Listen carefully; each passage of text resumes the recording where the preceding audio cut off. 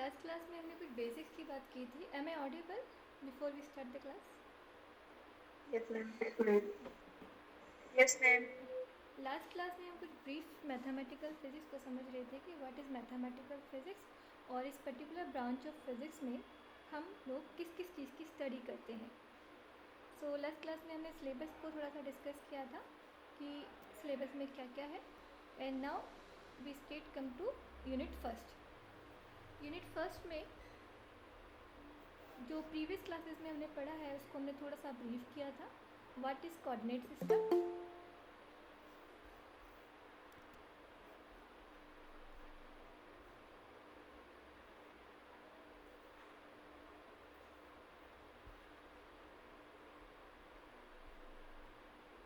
और coordinate system के बाद में किस तरह से हम स्केलर और वेक्टर क्वांटिटीज़ के बारे में जानते हैं और क्या स्केलर क्वांटिटीज़ होती हैं, क्या वेक्टर क्वांटिटीज़ होती हैं, ये आपने मैथमेटिक्स में काफ़ी अच्छे से पढ़ा है.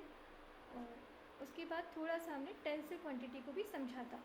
टेंसर को हम थोड़ा और डिटेल में पढ़ेंगे जब हम यूनिट सेकेंड में बात करेंगे. ये रेफरेंस बुक जो आप थोड़ा प्रेफर कर सकते हैं. और अब वंस अगेन हम बात करते हैं कोऑर्डिनेट सिस्टम की, और अपनी जो प्रीवियस नॉलेज है बस उसी को हम वापस से समझ रहे हैं. तो जब भी हम कोऑर्डिनेट सिस्टम की बात करते हैं तो it can be 1 dimensional, 2 dimensional और 3 डायमेंशनल कोऑर्डिनेट सिस्टम. इस कोऑर्डिनेट सिस्टम को आपने अभी तक देखा है, वो कुछ ऐसा सा व्यू होता है आपका. दैट मीन्स इफ़ आई से ये कोऑर्डिनेट सिस्टम किससे मिलकर बना हुआ है, इट कंसिस्ट ऑफ 3 प्लेन्स. कौन कौन से प्लेन है? अगर हम बात करें तो आपके पास एक ये प्लेन है, एक ये प्लेन है और एक ये प्लेन है. Basically this coordinate system is consist of 3 planes. और ये 3 प्लेन्स आपस में कैसे हैं? ऑर्थोगोनल, लंबवत हैं एक दूसरे के. अगर इस प्लेन की बात की जाए तो इस प्लेन को हम कह सकते हैं z इज इक्वल टू 0. ये आपको विजिबल हो रही है slide? Yes, ma'am. PPT okay? Yes, ma'am. Okay. So this plane is z is equal to 0 and this zy plane यहाँ पर क्या है? zy प्लेन पर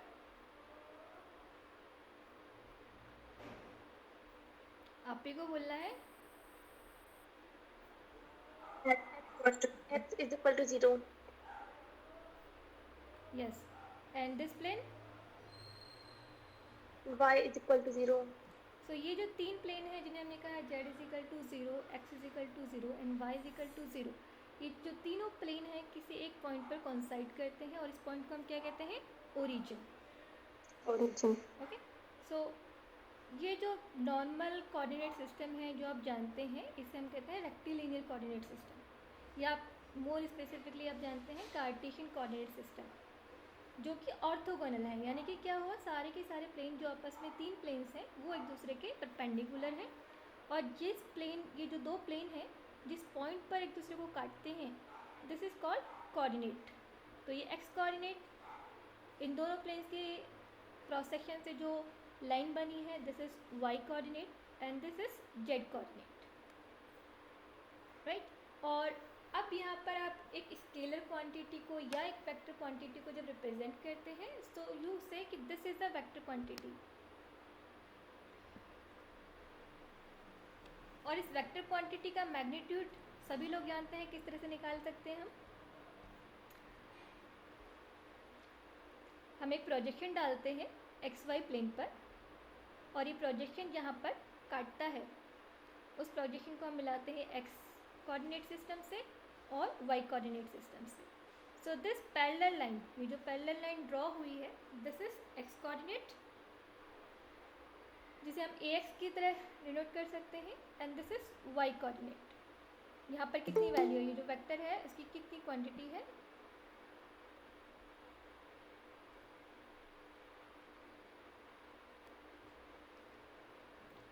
आप लोगों से एक ही रिक्वेस्ट है, जो ज्वाइनिंग टाइम है वो 9:15 तक है. अगर आज किसी को लेट इन्फॉर्मेशन हुई है सो आई नो, मेरी भी थोड़ी गलती है, मैं आपके उस ग्रुप में मैसेज नहीं कर पाई. बट स्टिल अगर आपको क्लास की इन्फॉर्मेशन मिल जाती है तो प्लीज़ क्लासरूम को ज्वाइन कर लीजिएगा, और जो भी कोड वहाँ पर है उसको ज्वाइन करके एटलीस्ट 9:15 तक ज्वाइन हो जाना है.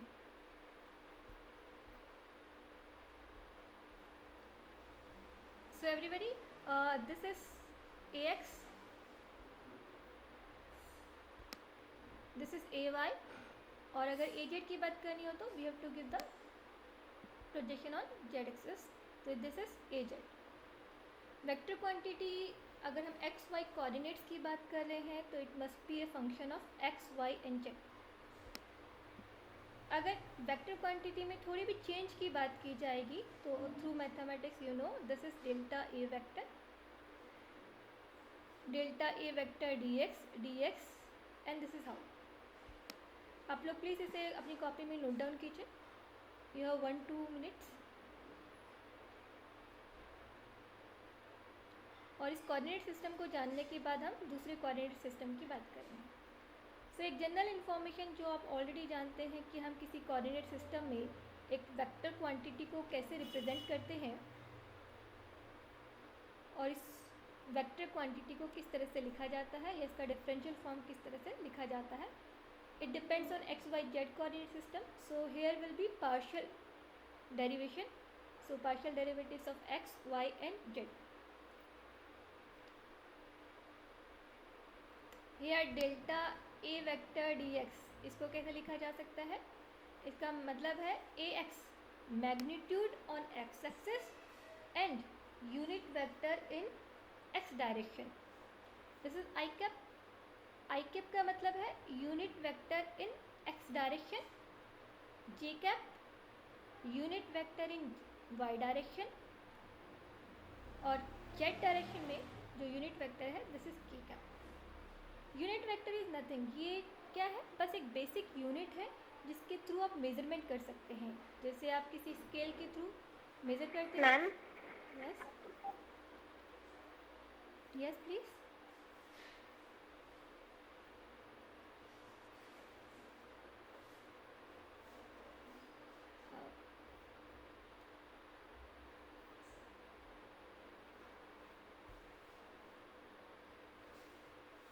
किसी ने कुछ पूछा या क्या हुआ, कुछ इशू वॉइस को लेकर. यस मैम, आवाज़ क्लियर नहीं आ रही. आप किसी और के साथ भी ये प्रॉब्लम है वॉइस को लेकर. No ma'am. No ma'am. Actually students, आपका इंडिविजुअल नेटवर्क भी प्रॉब्लम हो सकता है और मेरा खुद का नेटवर्क भी प्रॉब्लम कर सकता है. ओके, सो मे भी थोड़ी देर बाद में ठीक हो जाएगा.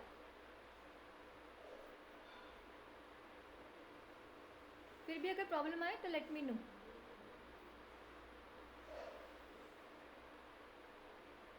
सो हम यूनिट वेक्टर की बात कर रहे थे. यूनिट वेक्टर बेसिकली एक यूनिट है जो कि ये बताता है कि कितनी स्केलर, कितना पर्टिकुलर मेजरमेंट है. अगर मैं एक्स एक्सिस पे बात करूँ तो आप देख सकते हैं एक्स एक्सिस पे जो स्केलर क्वांटिटी है यानी कि A X, it is almost equal to A Y. तो अगर हम माने एक unit vector this is 1 2 and 3. So this is 1 2 3 on A Y axis. Similarly उस यूनिट वेक्टर से हम बात करें 1 2 and 3. So it is same on X. Z axis पे हो सकता है थोड़ा डिफरेंट आ जाए उसी यूनिट वेक्टर से 1 and 2. सो इस तरह से यूनिट वेक्टर एक क्वांटिटी है जिससे कि हम मेजरमेंट कर सकते हैं. एक्स एक्सिस के रिस्पेक्ट में हम यूनिट वेक्टर को आई कैप कह रहे हैं. वाई एक्सिस के रिस्पेक्ट में जे कैप कहा जा रहा है and along Z axis it is के कैप. सिमिलरली अगर आपको यूनिट वेक्टर ए की डायरेक्शन में यानी कि इस वेक्टर की डायरेक्शन में अगर यूनिट वेक्टर डिफाइन करना है तो उस यूनिट वेक्टर को हम लिख सकते हैं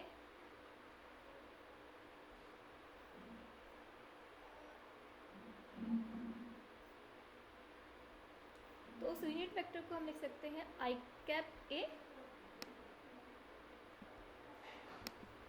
उस यूनिट वेक्टर को डिनोट किया जा सकता है I A and the value will be A vector divided by magnitude of A vector. A vector divided by magnitude of A vector. So इस तरह से हम अगर किसी वेक्टर की डायरेक्शन में यूनिट वेक्टर को डिफाइन करना चाहते हैं, जानना चाहते हैं, तो हम उस पर्टिकुलर वेक्टर की डायरेक्शन में भी यूनिट वेक्टर निकाल सकते हैं. सो this is unit vector along this direction. अब आप इसे अपनी नोटबुक में उतार लीजिए एंड लेट मी नो कोई प्रॉब्लम किसी को इस पर्टिकुलर चीज़ को समझने में है तो. Any question?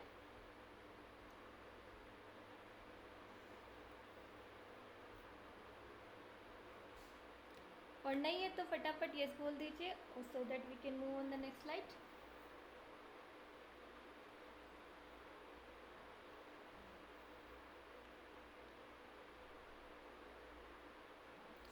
चैट बॉक्स में क्विकली लिख लिया अगर आप लोगों को समझ में आ गया है तो हम आगे बढ़े. चैट बॉक्स में रिस्पॉन्स कीजिए yes no so that we can move to the next slide.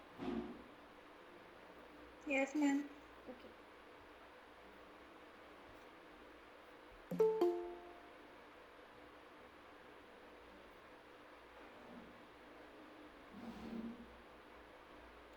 And I assume आपने इसे नोटबुक में भी उतार लिया होगा.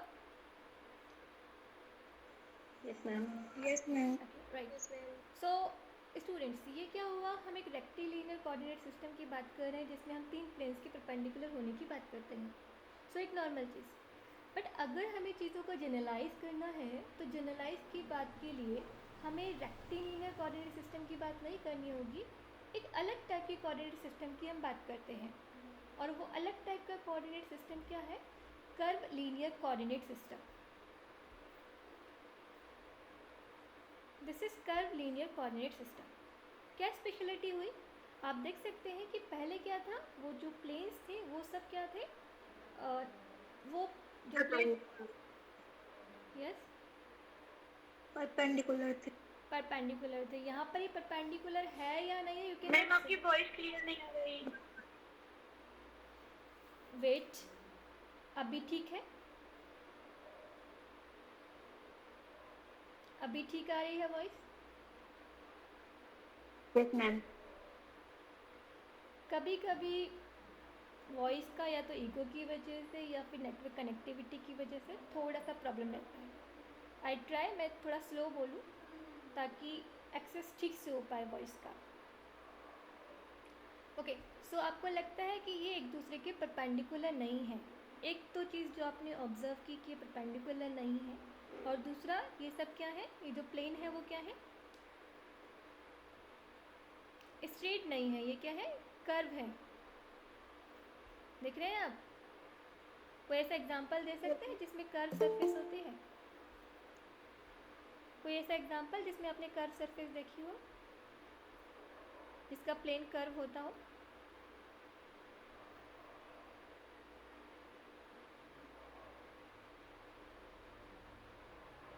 एनी सरफेस जिसमें कर्वेचर लिए हुए हो, जिसके प्लेन को हम कर्व प्लेन बोल सकें? Sphere. Sphere, right. And cylinder. Cylinder.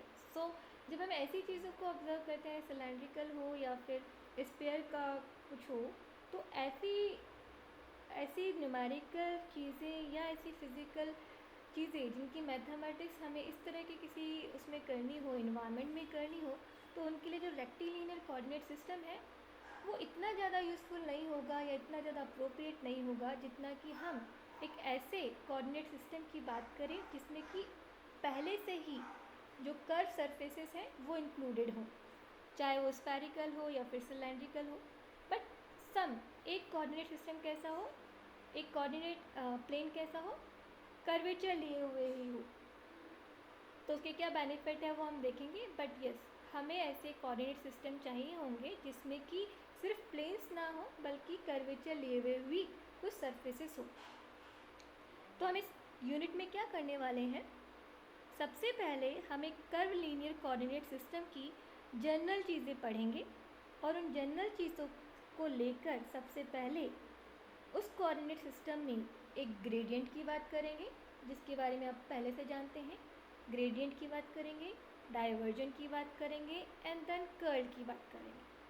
तो बहुत ही जनरलाइज फॉर्म में हम एक कर्व लीनियर कोऑर्डिनेट सिस्टम को लेते हुए पहले इन सब क्वांटिटीज़ की बात करेंगे एंड देन इस कर्व लीनियर कोऑर्डिनेट सिस्टम को हम अप्लाई कर देंगे या हम देखेंगे किस तरह से ये अप्लाई होता है, किस तरह से यही प्लेन, यही सिस्टम एक रेक्टिलिनियर कोऑर्डिनेट सिस्टम बन जाएगा, यही सिस्टम एक सिलेंड्रिकल कोऑर्डिनेट सिस्टम बनेगा और स्फेरिकल कोऑर्डिनेट सिस्टम बनेगा।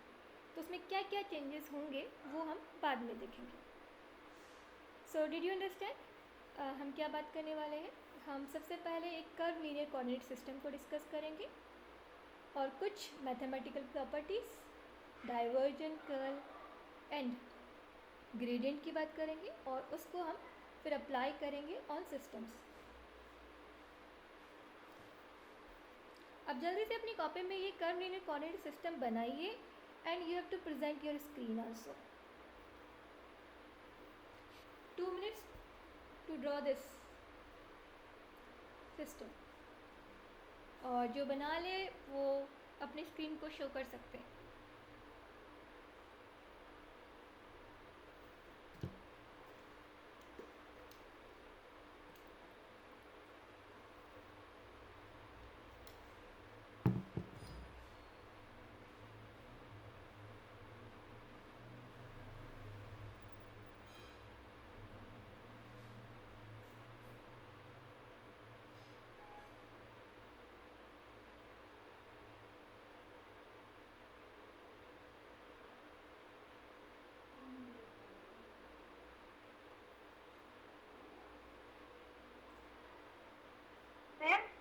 Yes. Yes. मैम बोलिए।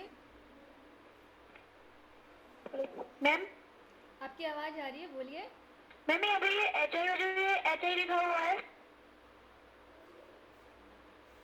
मैम यहाँ पे जो एच आई लिखा हुआ है ये एच आई। नहीं, मैंने अभी ये सब लिखने के लिए कहा ही नहीं है। मैंने आपको कहा है कि ये ड्रॉ करके बताना। Am I audible ma'am? Yes, you are audible. मैंने आपको अभी इक्वेशन लिखने के लिए नहीं कहा है, मैंने आपको अभी ये कर्व ड्रॉ करने के लिए कहा है। Okay ma'am. ये कोऑर्डिनेट सिस्टम ड्रॉ कीजिए जरा।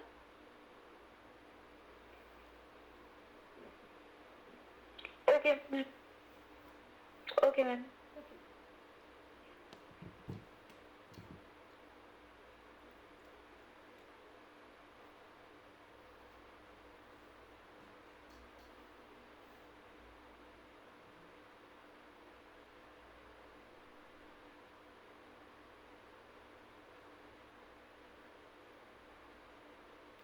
अगर कोई अपनी स्क्रीन प्रेजेंट करना चाहता है तो let me know, I stop my screen present and then you can present your screen. Draw this very neatly.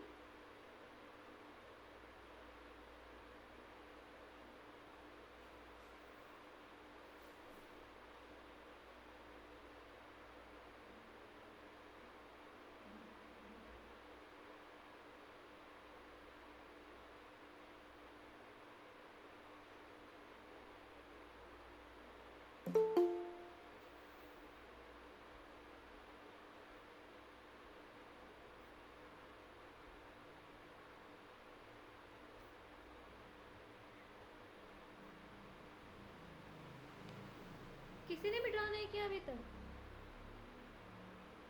तो स्टॉप करूँ मैं? प्रेजेंट करेंगे अपनी स्क्रीन को आप? Okay, Shivani presenting.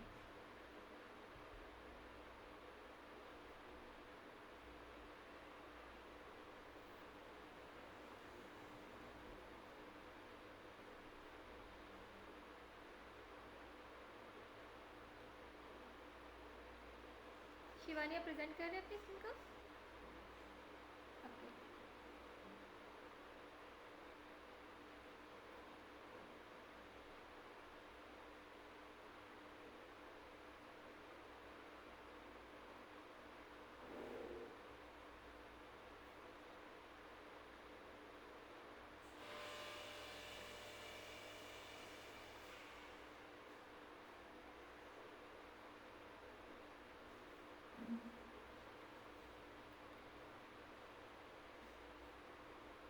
ये शिवानी, नाइस।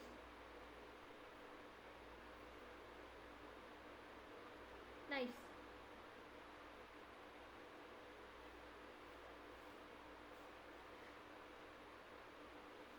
शिवानी, इसमें दो सरफेसेस तो मुझे कर्व नज़र आई हैं, बट बाकी दो सरफेसेस प्लेन है, ऐसा क्यों है? Bharti, you can present your screen. क्या ma'am? Bharti, you can present your screen. दो मैम सरफेसेस तो कर्व हैं, बट बाकी दो सरफेसेस मुझे लगता है कि प्लेन है। मैम साइड वाली। Yes. Bharti, present your screen. कोई और भी प्रेजेंट कर सकता है?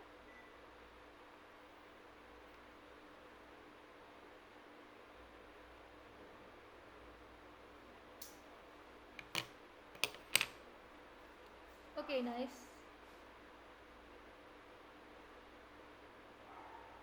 ओके गायत्री, ठीक है।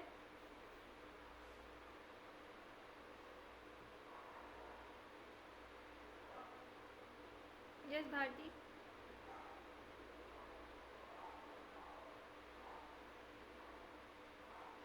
भारती, नेटवर्क इश्यू है शायद कोई आपकी तरफ से।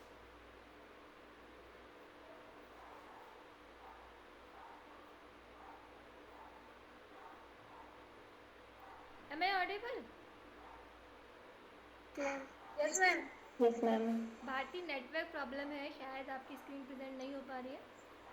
मैम मेरी स्क्रीन शो नहीं हो रही। नहीं,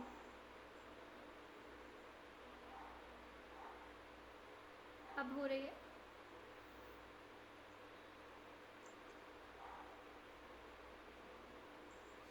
ओके, राइट, नाइस। ओके, सो कुछ लोगों की स्क्रीन प्रेजेंटेशन हमने देख लिया है। नाउ मैंने आपसे ऐसा क्यों कहा, लेट मी टेल यू।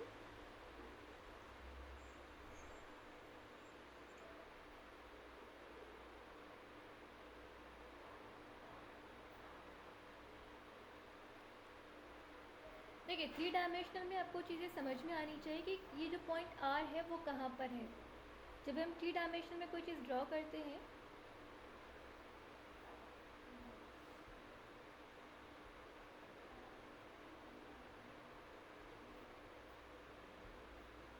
तो जब भी हम रेक्टिलिनियर कोऑर्डिनेट सिस्टम की बात करते हैं तो हम कुछ ऐसा सा ड्रॉ करते हैं।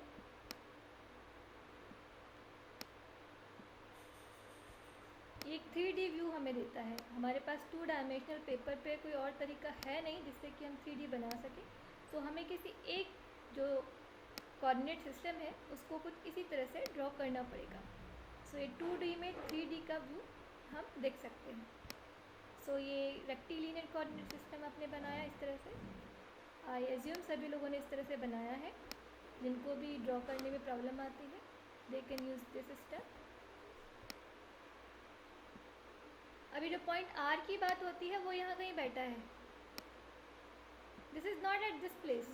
ये जो प्लेन है इस पर प्लेन पर नहीं है, ये कहीं 3 डायमेंशनल पॉइंट ऑफ व्यू में यहाँ बैठा हुआ है। और जब हम कर्व लीनियर कोऑर्डिनेट की बात करते हैं तो कर्व लीनियर कोऑर्डिनेट में भी हम कुछ ऐसे से ही ड्रॉ करते हैं चीज़ों को। जिस तरह से हमने ऊपर ड्रॉ किया है उसी तरह से हम यहाँ ड्रॉ करते हैं। ओनली थिंग इज कि यहाँ पर सभी चीज़ें, सभी जो सरफेसेस हैं वो कर्व लिए हुए हैं। सो एक कर्व लीनियर कोऑर्डिनेट सिस्टम इस तरह से ड्रॉ करेंगे।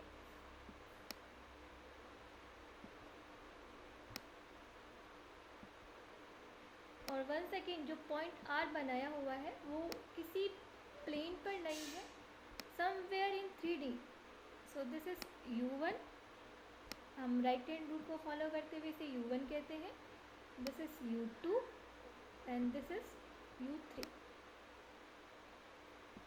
सो U1, U2 एंड U3। और जो पॉइंट R है समवेयर हेयर, जिसका मतलब है ये किसी प्लेन पर नहीं है, ये कहीं 3D में है, which will be a function of U1, U2 and U3.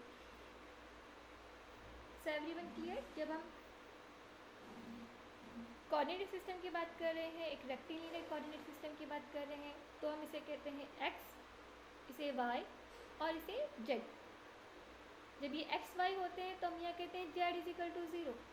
यहाँ पर हम कहेंगे U3 is equal to K3 where K3 is constant. ये 0 भी हो सकता है, और you can say some constant k3। Similarly यहाँ पर जब हम बात करेंगे u2 u3 प्लेन की, यानी कि दिस प्लेन की जब बात हो रही होगी, तो here u1 is equal to constant some constant k1 and here u2 some constant. Point r is a vector quantity, और इस वेक्टर क्वांटिटी को हम कहेंगे this is a function of u1 u2 u3। ठीक उसी तरह से जैसा कि हम करते आए हैं। Now any displacement in vector r will be delta r cap, sorry delta r vector, delta u1 and du, delta r cap, yes last में जो आपने क्वेश्चन लिखे उसमें ई3 कैप में उसके बाद h3 आएगा ना? मैं पहुंच गई क्या वहाँ पर? मैं वो कह के आपने h3 लिखा है तो मैं नोट किया था तो उससे कुछ मैं ओके लेट मी नो कहाँ पर प्रॉब्लम है। Delta r1 delta u1 du1, delta r vector delta u2 and du2 ऐसे, because r depend on these three quantities। now अगर हम चाहें तो इसको हम इस तरह से भी लिख सकते हैं, delta r vector delta ui is called bi, where bi is a base vector। so हम इसे एक बेस वेक्टर की तरह डिनोट कर सकते हैं, bi vector। Base vector can be consist of two other quantities, जिसमें हम एक को कह सकते हैं hi, this is scalar factor, यानी कि कितना मैग्नीट्यूड है उसका, उसको हमें बताएगा। बेस वेक्टर का कितना मैग्नीट्यूड है उसे बताता है, उसे डिनोट करता है। And ei cap is unit vector along that direction, यानी कि u1 की डायरेक्शन में या u2 की डायरेक्शन में या u3 की डायरेक्शन में जो यूनिट वेक्टर है उसको हम ei से डिनोट करते हैं। और अगर हम hi की बात करें तो hi will be magnitude of bi, scalar quantity है, यानी कि सम नंबर होगा, कोई मैग्नीट्यूड होगा, तो उस मैग्नीट्यूड को हम डिनोट करते हैं bi वेक्टर के मैग्नीट्यूड से। नाउ अगर हमें इस क्वांटिटी को हम इस तरह से लिख सकते हैं hi ei कैप, तो dr वेक्टर को हम लिखेंगे e1, आपको यही प्रॉब्लम आई होगी, e1 cap h1 delta u1, e2 cap h2 delta u2 and so this is how we denote a length element or a displacement vector in curved linear coordinate system। Right, let's see और कौन कौन सी quantities हैं जिसको हम denote कर सकते हैं। अगर हम एक वॉल्यूम एलिमेंट की बात करें, ये किसी ने जो प्रॉब्लम इंडिकेट की थी वो यहीं पर ही थी ना? Any other issue? हम इसके लास्ट में H3 होगा ना? Okay, this is H3, this is obvious, this is H3। So if you talk about the volume element, then volume element हम इजीली निकाल सकते हैं। How? Delta L, line element की पहले हम बात कर लें।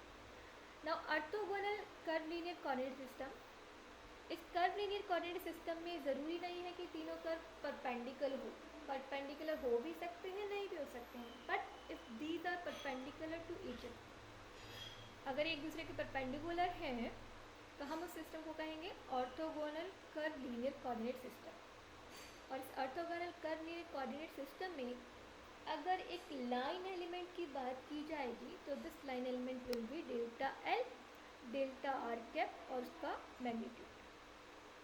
एंड ये वेरी वेल नोन है आपके लिए कि डेल्टा एल स्क्वायर, इसका मैग्नीट्यूड अगर निकालना है तो हम इस तरह से निकाल सकते हैं, delta R vector multiply delta R vector और उसका मैग्नीट्यूड अगर हम निकालेंगे। Now delta R cap previous equation से आप जानते ही हैं क्या है, B I cap delta U I,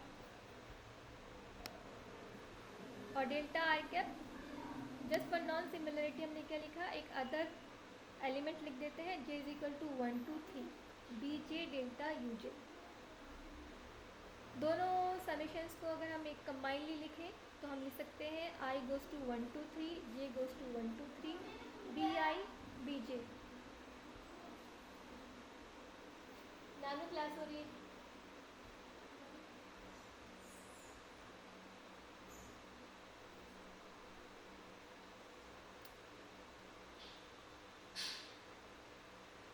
orthogonal system के लिए आप ऑलरेडी जानते हैं क्या है, J not equal to I, then B I vector multiply B I J vector is equal to 0। एक ऑर्थोगोनल मैम सिस्टम आपकी आवाज नहीं आ रही।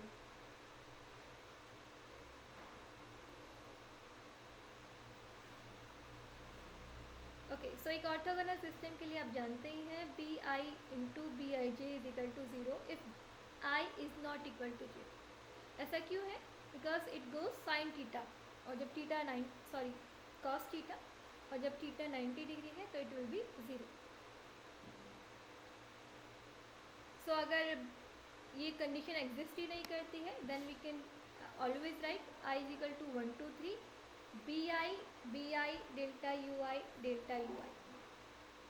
थोड़ा और सिंप्लीफाई करेंगे, बी आई की वैल्यू रख दीजिए, बी आई की वैल्यू है E I H I cap, so you can find delta L square will be this quantity, और यहाँ पर ये क्वांटिटी क्या हो जाएगी 1। So this is delta L square H one square D U one square, this is element length in a curve linear coordinate system. ये ठीक वैसे ही है जैसे कि आप करते हैं X square plus Y square plus Z square is equal to some length. So एक कर्व लीनियर कोऑर्डिनेट सिस्टम में इस तरह से हम लाइन एलिमेंट की बात कर सकते हैं, और कौन सी क्वांटिटीज़ हैं जिसकी हम बात कर सकते हैं। इसी सिस्टम में अगर हम एक वॉल्यूम की बात करें तो वॉल्यूम के लिए सरफेस चाहिए होगी, और सरफेस को हम इस तरह से डिफाइन कर सकते हैं। सरफेस के लिए क्या होगा, delta L one square is equal to H one square delta U two, यानी कि सरफेस पर की अगर हम बात की जाए, यानी कि लाइन की बात की जाए समवेयर, मैं अगर इस लाइन की बात कर रही हूँ in curve linear coordinate system, यानी कि delta L one, sorry this is delta L one, this is delta L one, इसकी वैल्यू कितनी हो जाएगी H one square delta U one square, because यहाँ पर क्या हो जाएगा delta U two is equal to and delta U three is equal to 0। ठीक इसी तरह से दूसरे लाइन एलिमेंट की हम बात कर सकते हैं और तीसरे लाइन एलिमेंट की बात कर सकते हैं। सो this will be the volume. ये वॉल्यूम ठीक वैसा ही जैसा कि आप जानते हैं एक रेक्टिलिनियर कोऑर्डिनेट सिस्टम में क्या होता है, वॉल्यूम भी is equal to delta X delta Y delta Z. यहाँ पर क्या आया H1 H2 H3 delta U1 delta U2 and डेल्टा U3। So H1 H2 H3 are some scalar factor. Rectilinear coordinate system में the value of H1 H2 and H3 is 1 and U1 U2 U3 are x y z। But ज़रूरी नहीं है एक cylindrical coordinate system में भी यहाँ पर वही वैल्यू आएगी। हम देखेंगे एक सिलेंड्रिकल कोऑर्डिनेट सिस्टम के लिए या एक स्फेरिकल कोऑर्डिनेट सिस्टम के लिए ये वैल्यूज़ जो हैं बदल जाएंगी। कैसे बदलेंगी, क्या वैल्यू होगी H1 या U1 की, वो हम देखेंगे। नाउ वॉल्यूम एलिमेंट के बाद सरफेस एलिमेंट की भी आप बात कर सकते हैं। Quite well known delta S1 is equal to delta L2 delta L3। दो लाइन एलिमेंट अगर आपके पास है तो आपको सरफेस मिल सकती है। सो इन सरफेसेस के लिए आप इन लाइन एलिमेंट्स को मल्टीप्लाई कर सकते हैं। तो ये कुछ बेसिक चीज़ें जो हमने देखी एक कर्व लीनियर कोऑर्डिनेट सिस्टम में। Any doubt? मैम एक बार वॉल्यूम वाला बताना। वॉल्यूम के लिए यहाँ से हमारे पास लाइन एलिमेंट आ ही गया है। जब हम वॉल्यूम की बात करें, एक लेंथ की बात करेंगे, वॉल्यूम के एक रेक्टिलिनियर कोऑर्डिनेट सिस्टम में आप वॉल्यूम कैसे निकालते हैं, this length multiply this length and multiply this length, right? am I right? अगर एक रेक्टिलिनियर कोऑर्डिनेट सिस्टम में वॉल्यूम की बात की जाएगी तो क्या होगा, यस मैम। यस, तो किसी भी एलिमेंट के लिए जो भी वॉल्यूम एलिमेंट आपने लिया है, यानी कि ये वाली लेंथ मल्टीप्लाई ये वाली लेंथ और मल्टीप्लाई दिस लेंथ। तो ये लेंथ हमें कैसे निकाल सकते हैं, इस लेंथ के लिए हमें क्या करना पड़ेगा, यहाँ पर z और y क्या है, delta z delta y on this length.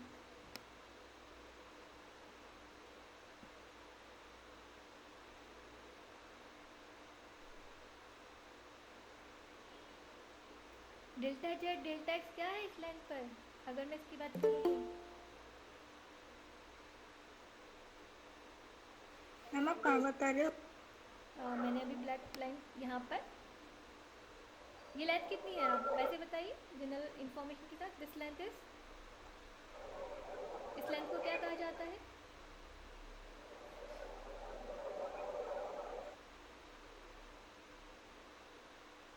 This is delta x,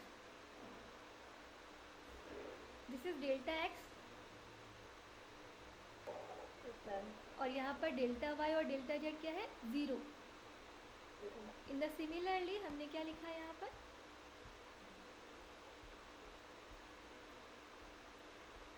अगर डेल्टा U2 और डेल्टा U3 0 हो जाएगा तो डेल्टा L1 मिल जाएगा।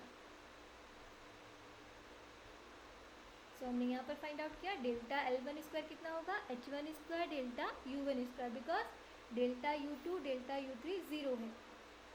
अगर मैं U2 एक्सिस पे बात करूँगी so this will be delta L2, it will be H2 delta U2 and delta L3 is equal to H3 delta U3। और वॉल्यूम एलिमेंट तो हमेशा ही क्या होता है, it is a multiplication of delta L1 delta L2 delta L3। ठीक उसी तरह से जिस तरह से हम मल्टीप्लाई करते हैं dx dy एंड dz को। मैम यस मैम एक बार वो लाइन एलिमेंट में मैम वो एक बार दोबारा से बता दीजिए। वो आई इज नॉट इक्वल टू जे की वजह से हमने क्या था कि वो 0 हो गया था, तो फिर उसके बाद कैसे आई मैम एक बार दोबारा बता दीजिए। दोनों तरफ हमने डी आई लिखा था। यहाँ की बात कर रहे हैं आप? ये मैम dl स्क्वायर बराबर सिग्मा आई बराबर 1 से लेके 3 तक bi वेक्टर dy और dy। सो हम यही बात कर रहे हैं ना, delta L square B I vector और ये एक जनरलाइज फॉर्म है। पहले तो बात हम बहुत ही जनरल तरीके से लिख रहे हैं। जब भी हम जनरल तरीके से लिखते हैं तो हम इस तरह से आई को अलग और जे को अलग लेके चलते हैं। मतलब हमें ऑलरेडी पता है कि ये बराबर होंगे, तभी एक ऑर्थोगोनल कर्वीलिनियर सिस्टम में जैसे ही I is not equal to जे होगा तो चीज़ें 0 हो जाती हैं, बिकॉज ये क्या है, डॉट प्रोडक्ट ऑफ 2 वेक्टर्स। तो अभी हम क्या करें, जनरलाइज फॉर्म में आई को अलग लेके चल रहे हैं और जे को अलग लेके चल रहे हैं। और जब आई और जे इस तरह से होंगे तो बी आई बी जे, इसको अगर आप ओपन करेंगे तो आपको तीनों कंडीशन मिलेंगी। कैसे, B1 मिलेगी, B1 B2 मिलेगी, B1 B3 मिलेगी, और सिमिलरली अदर्स भी मिलेंगी, यानी कि 2-1 2-2 और 2-3 भी मिलेगी अगर मैं इसको ओपन करूँ तो। बट हियर बाकी कंडीशंस का क्या हो जाएगा, अगर मैं इसको ओपन करती हूँ तो मुझे क्या मिलता है, किसी भी कंडीशन में जब i is not equal to j, अगर i j के बराबर नहीं है तो क्या हो जाएंगे, सारे जो भी प्रोडक्ट्स हैं, डॉट प्रोडक्ट्स हैं, वो सब क्या हो जाएंगे, 0, because B I and B J are vector, और वेक्टर क्वांटिटीज़ का जो डॉट प्रोडक्ट है वो क्या है, B I B J cos theta.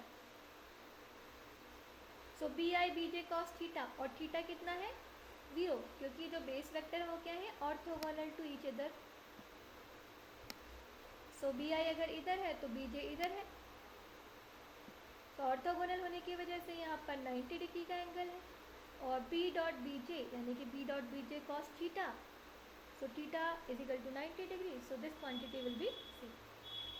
तो यहाँ पर अदर पॉसिबिलिटीज भी बनती थी, 1 2 1 3 2 1 2 2 2 3, बट उनको उन कंडीशंस का क्या हुआ, उनमें से वो कंडीशंस जिसमें कि आई और जे बराबर नहीं थे वो सब क्या हो गए, 0। कंडीशन कौन सी बची, बस वही जिसमें कि आई बराबर है जे के। तो जब आई बराबर है जे के तो दो समेशन की क्या ज़रूरत है, एक ही समेशन से काम चल जाएगा। तो we can say I is equal to 1 2 3, I कहाँ से कहाँ तक जाएगा, 1 2 3, एंड बी आई वेक्टर क्योंकि आई जे के बराबर हो चुका है, so we can write B J to B B I. अभी भी कोई problem, is this clear? No ma'am, yes ma'am. Okay, so इस तरह से हमने लाइन एलिमेंट को निकाला। वॉल्यूम एलिमेंट की हमने बात करी। आई थिंक जिन्होंने वॉल्यूम एलिमेंट का पूछा था, क्या वो चीज़ क्लियर हो गई है, ये कहाँ से आई है चीज़? Yes ma'am. And similarly surface element आप देखिए, हमारे पास लाइन एलिमेंट पहले से है, डेल्टा L2 डेल्टा H3, और इनकी वैल्यूज ही हमें पुट करनी है। ये कोई नई बात नहीं है, ये सब पुरानी बातें हैं। नया बस इसमें क्या है, नया इसमें है ये H1 H2 H3, these are scalar factor. ये स्केलर फैक्टर जो कोऑर्डिनेट सिस्टम आपने अभी तक पढ़ा है उनके लिए 1 है, तो ये वैल्यू वहाँ पेयर नहीं होती है। बट कुछ नए कोऑर्डिनेट सिस्टम जो अब आप पढ़ेंगे, सिलेंड्रिकल या स्फेरिकल, उनमें इन स्केलर फैक्टर की कुछ वैल्यूज़ होंगी। तो volume element will be different in rectangular coordinate system, spherical coordinate system and cylindrical coordinate system. Line element जो अब तक आप जानते हैं, delta X delta Y, this is line element, sorry surface element. तो अब यहाँ पर जो सरफेस एलिमेंट है, this will be H2 H3, यानी कि कुछ स्केलर क्वांटिटीज़ यहाँ मल्टीप्लाई हो गई हैं। क्या वैल्यू होगी अदर कोऑर्डिनेट सिस्टम के लिए, वो हम देखेंगे। एनी अदर क्वेश्चन किसी भी तरह का आपको?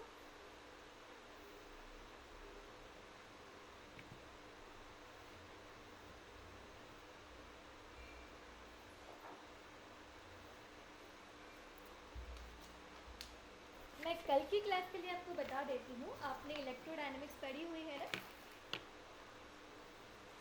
इलेक्ट्रोडायनेमिक्स आपकी लास्ट यूनिट्स में क्लास में थी। बोलिए, बड़ा सब्जेक्ट था आप लोगों के पास। यस मैम थी। ओके, सो कल की क्लास के लिए आपको क्या करना है, कल की क्लास के लिए आपको आपने डाइवर्जेंट पढ़ा हुआ है, कर्ल पढ़ा हुआ है एंड ग्रेडियंट पढ़ा हुआ है ना? ये तीनों वर्ड सुने हैं ना आपने? Yes ma'am. हाँ, तो उसको रिकॉल करना है एक बार फिर से, इलेक्ट्रोडायनेमिक्स की बुक उठा के और उसको फिर से पढ़ना है। Right everyone? Okay ma'am. अभी टाइम मेरे पास सफिशिएंट है। यस,